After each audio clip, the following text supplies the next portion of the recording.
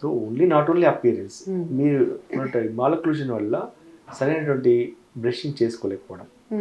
So పళ్ళు ఎగదిగుడుగా ఉన్నప్పుడు ఏంటంటే కింద ఉన్నటువంటి మధ్యలో ఉన్నటువంటి గ్యాప్స్లో ఫుడ్ పోయినప్పుడు దాన్ని క్లీనింగ్ చేసుకోవడం అనేది చాలా కష్టం. సో అప్పుడు ఏంటంటే గమ్ హెల్త్ పాడవుతుంది.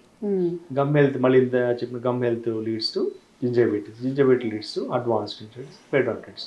అంటే మిమ్మల్ని చూసి ఝాన్సీ గారికి నన్ను చూసినప్పుడు నా అలైన్మెంట్ కరెక్ట్గా ఉందనుకోండి, మీకు తొందరగా పళ్ళు ఊడిపోయడానికి అవకాశం ఎక్కువగా ఉంటుంది.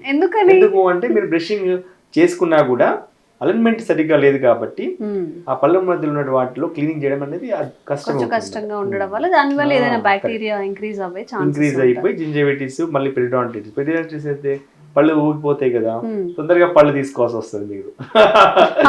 సో కనుక చూడడానికి ఒకటి కాకుండా ఓరల్ హెల్త్, నోటి యొక్క ఆరోగ్యానికి కూడా సో ఈ అలైన్మెంట్ అనేది ఇంపార్టెంట్.